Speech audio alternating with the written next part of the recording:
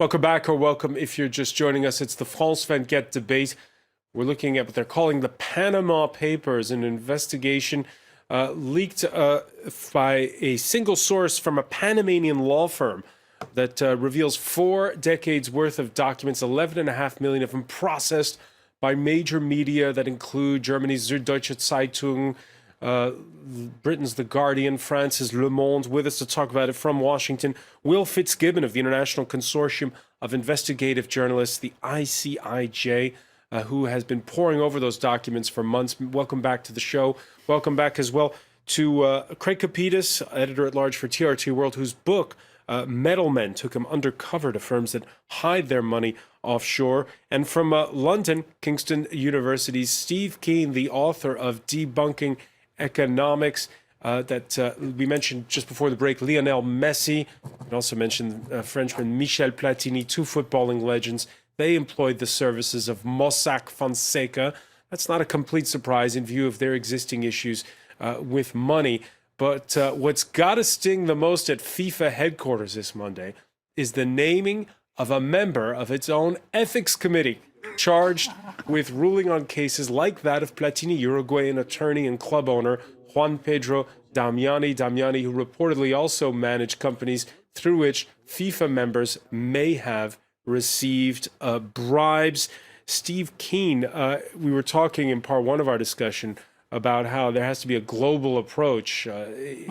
What do you do in this particular case? Well, I mean, Craig's got a lot of good points he made earlier about this being the sort of thing that capitalism is about secrecy. You know, you try to socialise your losses, privatise your profits. It's always about disguising, and partly, I really think it's going to be more political fallout than anything else, and the political fallout pushing us further in the direction of saying we've had enough of these Blairite politicians in the Labor Party side of things, or Clinton back in America, that talk about being good managers, and we actually know that this is all going on in the background in the system that we were told was going to operate more efficiently with a more deregulated system. So I've got a feeling it's going to help part of the pressure to back towards more regulation and more pressure for wage rises for workers, because at least they get to see something in their pockets rather than seeing the money filter through to the rich in the Bahamas.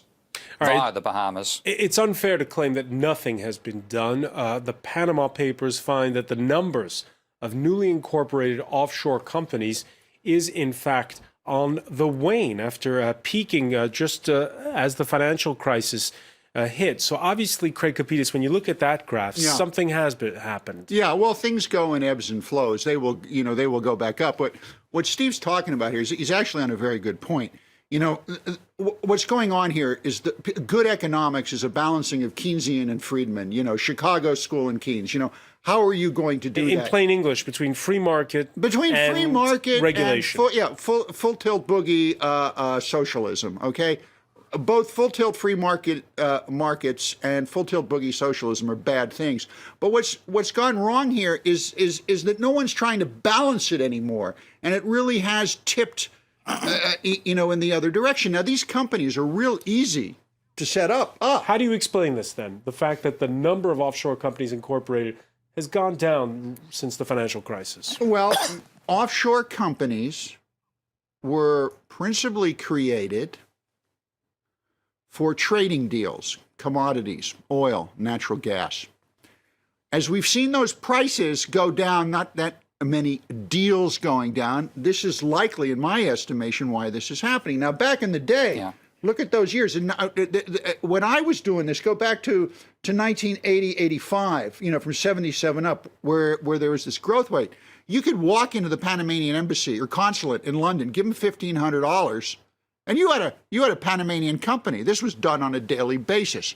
And I think it's important that listeners understand why.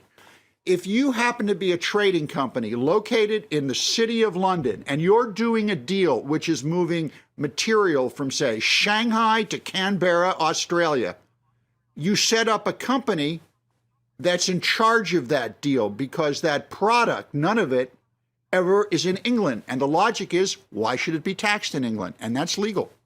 Will Fitzgibbon, your reaction to what Craig Kapitas just said, the number of those offshore companies being incorporated down not because of good government regulation since the financial crisis, but simply because of slumping commodity prices? Well, I'm going to defer to some expertise there.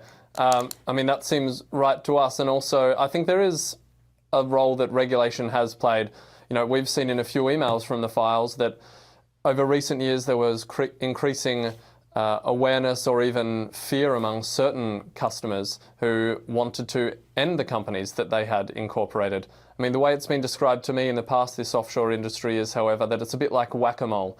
Regulators will hit one jurisdiction on the head and it'll go back down, but then you'll soon have one that pops up again and starts seducing and advertising customers who want its services, and they'll kind of grow from there.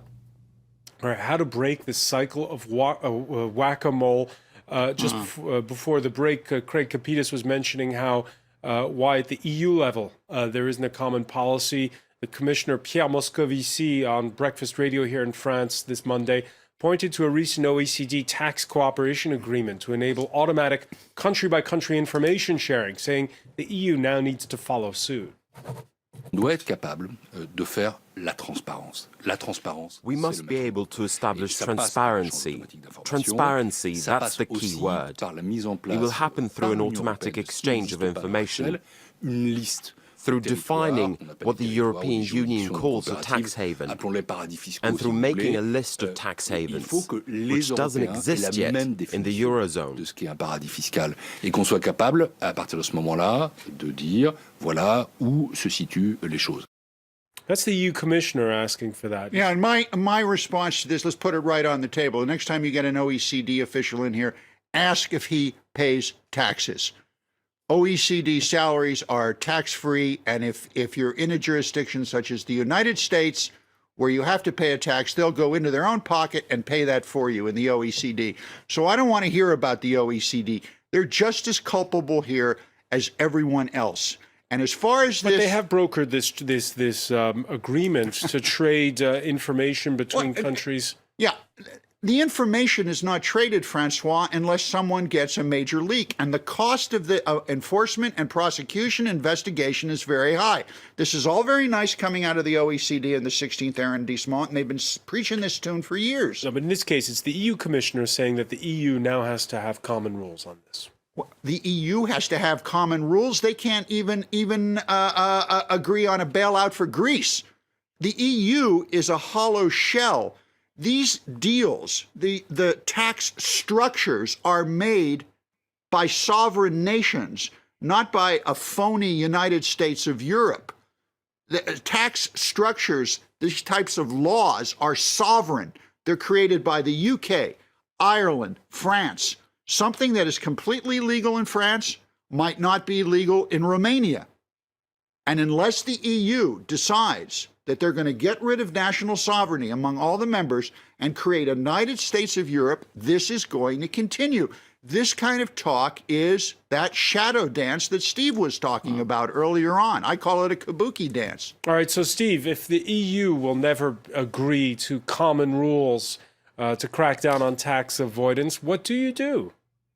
Well, I think back to Craig's point, you've got to do it at the national level, and the EU has become a total farce. I mean, let's be frank about this right now. It can't manage its own economy. It's caused depressions in Spain and Greece. Its policies are totally bankrupt, and this is yet another sign of it. So I think the whole idea that supranational bodies like that can actually do something sensible, it's a charade, and we're seeing it exposed now. Seeing it exposed, nonetheless, the idea of common rules throughout the 28. Do you subscribe to that? Not if Brussels is running it, because it's an undemocratic centre. I'm no great fan of democracy, but I'm more of a fan of that than having a bunch of authoritarian neoclassical economists running the world, and that's what Brussels has turned into. Not Keynesian, by the way, Craig. It's the neoclassicals are a real problem. Okay, I'll give you that, Steve. All right, little support for a pan-European solution among our panelists. The French president himself, who early in his mandate saw his crusading budget minister done in by a tax evasion scandal. He had accounts in Switzerland and Singapore. Well, François Hollande welcoming the Panama Papers findings. C'est une bonne nouvelle que nous ayons connaissance It's good news that these revelations have come to light because this will bolster our country's tax revenue even further, and the money will come from those who defrauded us. So thank you to whoever raised the alarm, the media outlets that took action, and I'm sure that our investigators are more than ready to examine this case for the good of what one would like to think, morality, and for the good of our public finances. Will Fitzgibbon, the French finance minister, recently said that there was an extra 3 billion euros worth of tax revenue come in for fiscal 2015. And he points to the fact that whistleblowing has indeed helped. You heard that thank you from the French president. Can you tell us a little bit more? It was, what, a single source that gave you all those documents? To be completely honest, and you'll believe me or not, I actually have no idea. What ICIJ knows and what our partners know is that a source approached journalists at Süddeutsche Zeitung in Germany. They then made the decision, a very big decision on their part, to say this is so much information, it concerns so many countries in the world, and there's so much public interest here that we can't possibly keep it just for ourselves. Let's share it with a consortium of international journalists who can work out and spend months, even a year, finding out national angles of interest. But what do you deduce from the documents you've seen as to who leaked them and why? I don't know. I mean, the source will have his or her own motivations. I mean, I think that certainly from what we've seen within the documents, all the journalists who worked on it, and these are 400 journalists who don't always agree on everything, and in many cases have been bitter rivals in terms of breaking news for many years, and yet it was pretty clear to all of us almost immediately that there was information and revelations in these files that had significant public interest that could potentially lead to action on a national or international scale. You think the EU is going to have that kind of cooperation? You know, you can't get 3 journalists in a room without 4 arguments breaking out. To get that many together to do this kind of yeoman work, do you see the EU or the OECD getting people together to do what's necessary next? I don't think so. On that point, and let's also look at where this came from. This, by the looks of it, this is another very morally motivated individual, just like Edward Snowden was, and Chelsea Manning as well, for that matter. It isn't the organisations at the top level that are exposing this corruption. It's individuals who see the stench close up and can't stand it and then bring it to public attention. And that tells us something about the very inverted moral pyramid we live in these days, where the people at the bottom of the pyramid, who are getting no returns out of it, have got far more moral sense than the ones at the top. On that point, Will Fitzgibbon, when you look at all the documents that you've pieced together, and you see the way you've just been describing to us, that you go through it methodically. We now have precedents, with the LuxLeaks scandal of last year, for instance. It's sort of become the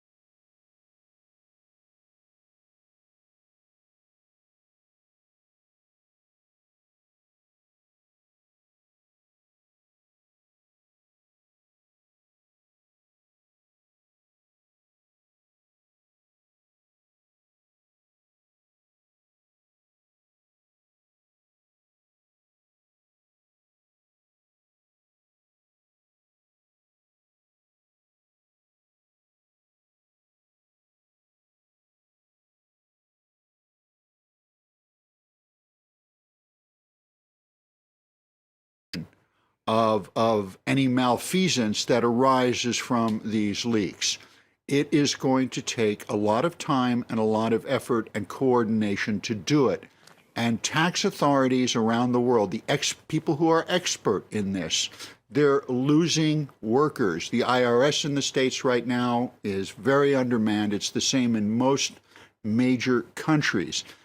Proving this stuff legally in a court of law is exceptionally difficult. I lived through this with the Mark Rich case, which took years. And you're going to have discovery going on if this happens in the United States or in some European venues. Explain what discovery is. Well, discovery is that the defendant has the right to go to the prosecution and get all the evidence that they have accumulated and to question it in court. That's what discovery is. There's in France, there is no discovery process, for instance. And then the other question is, in which jurisdiction would you prosecute this? What if you are... There you bring up an important point. Earlier, you rained on the EU in a quite definitive manner. But we've seen over the past couple of years that U.S. prosecutors have gone after banks, saying, you do business on our territory. We have the right to prosecute you for money laundering for the Janjaweed militias in Sudan, breaking the embargo on Iran, Mexican drug dealers doing business with them. What if the Eurozone does the same thing? I can't see the Eurozone has a hard time getting up in the morning. They had their airport closed in Brussels for 12 days, so that if they can't even get their airport back online, then I don't see anything. Eurozone based in Frankfurt, though. Oh. This is going to come out of Brussels. It's not going to come out of Frankfurt. This has got to come out of Brussels, and they can't coordinate. The U.S. will take the lead on this because, as you correctly say, if anything's going through a U.S. bank, or even if it involves U.S. dollars, the U.S. Justice Department will get involved. And Francois, this opens another huge can of worms here, which is the concept of U.S. enforcing its laws extraterritorially. A lot of people don't like that, including the French government, the British government, the Irish government. It's another can of worms here. But these banks, this is where they're going to probably go after them, Francois, through the banks, because the United States Justice Department will say, you don't give us all this information, you know what we're going to do? We're going to pull your banking license in the United States and you're going to lose all that business. That's why Credit Suisse and UBS paid fines and gave up people, because they wanted to keep it going. But you know what's happened now since that over the past 2 years is you have a number of banks that aren't doing business in the United States anymore, so that they're not caught up in this extraterritorial web. Steve Keen, in that regards, do you look in view of the Panama Papers at those U.S. prosecutions of big banks under a different light? Oh, the US banks, even though I think they've been total wimps compared to how they were when Bill Black led the very effective prosecution of savings and loans, the American enforcement agencies tend to have much more teeth and are much more willing to bite than the European counterparts. So yes, that's where people would be afraid of America actually having an impact upon their business. But I think this comes back again to the power of the banks and the role they've got in modern society. And clearly, it's a role which corrupts modern society. It doesn't benefit it. We need to have much smaller banks, a much smaller banking sector, and much smaller private debt, which is what gives them their power, than we've got at the moment. And I think it's just another sign of just how bad it is when you let the banking sector dominate the physical capitalist world. But in the case now of what's going to happen going forward, Steve Keen, is it really just up to the Americans to do the prosecuting? No, it's not. I mean, the English are another group who could do something about it, but having had personal experience of how bungling the tax officials are here, and even trivial details about who I'm employed by for my taxes, I don't hold that much hope here. I think, again, the Americans are better resourced and more likely to put in practice their laws than the English are. But some jurisdictions have to take a bite, and obviously the American is the biggest one on the planet, the one that would most worry most of these people who are trying to slip underneath national barriers. Will Fitzgibbon, it's a funny thing, isn't it? Because the U.S. is the one where the regulators are doing the most, and yet the U.S., as Craig Capitis was pointing out earlier, has its own tax havens, you might say, in places like Delaware and Nevada. Yes, absolutely. It is somewhat of a contradiction.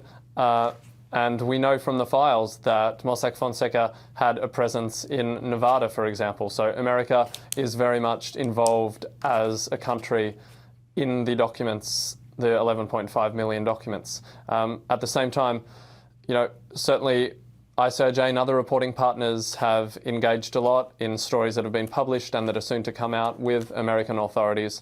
And I guess we'll see how the cookie crumbles when it comes to any kinds of investigative or enforcement actions. By the way, Will, I don't know if you know, but included in the reports that you've published is that there's an unnamed French political party, and everybody here is dying to know what that party might be that is named in the Panama Papers. You don't have anything on that, do you? No, it's the first I've heard about it. We encourage collaboration, but as you can imagine, journalists don't share everything always. All right. What about the possibility of listing this stuff in the same way WikiLeaks has done, putting these documents online? I think a lot of people would. You've done a brilliant job so far, and I totally congratulate the journalists who've done this. But it would be magnificent to finish this by putting all the documents up in a searchable index online, as WikiLeaks has done and Snowden did. That would be very interesting. I think the plan is. Yeah, I think the plan is, as ICIJ announced and other partners announced yesterday, in a few weeks' time, once certain due diligence and fact-checking has been gone through, there will be a large new database that will allow companies and certain information to be explored. All right, more surprises still to come. Will Fitzgibbon in Washington, I want to thank you. I want to thank Steve Keen in London, Craig Kapitas. Thank you for being with us here in the France 24 debate. Stay with us. Our Media Watch segment is next.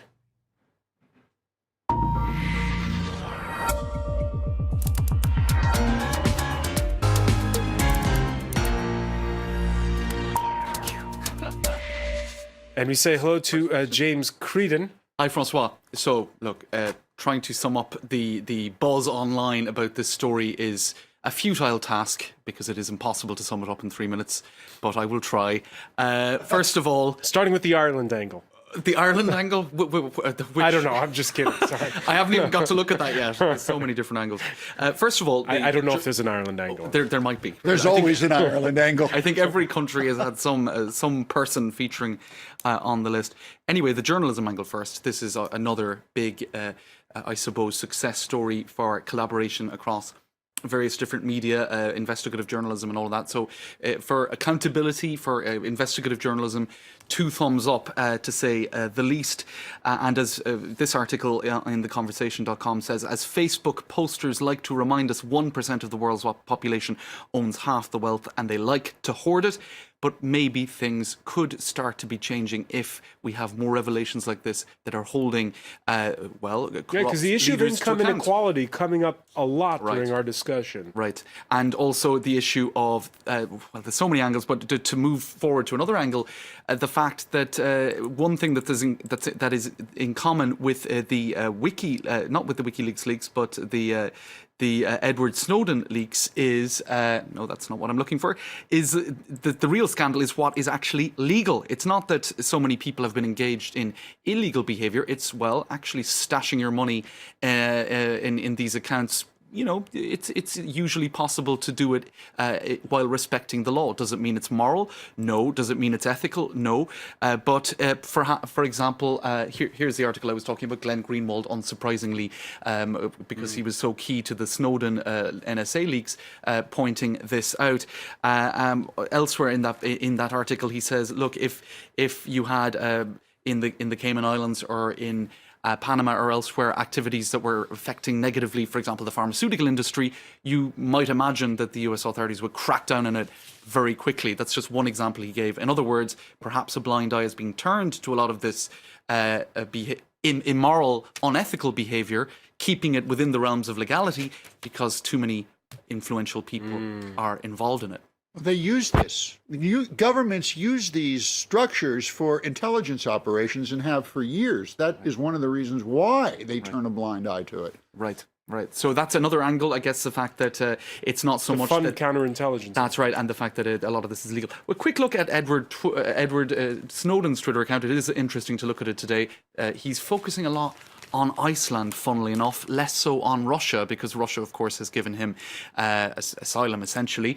Biggest leak in the history of data journalism just went live, and it's about corruption, and you can see an image there about Iceland. If you look at the comments, some saying, I wonder why you didn't tweet the illustration from Süddeutsche Zeitung focusing on Vladimir Putin. I guess, maybe if I was seeking asylum in Russia, after a huge leak like that, I mightn't start sharing too much information about Mr. Putin myself.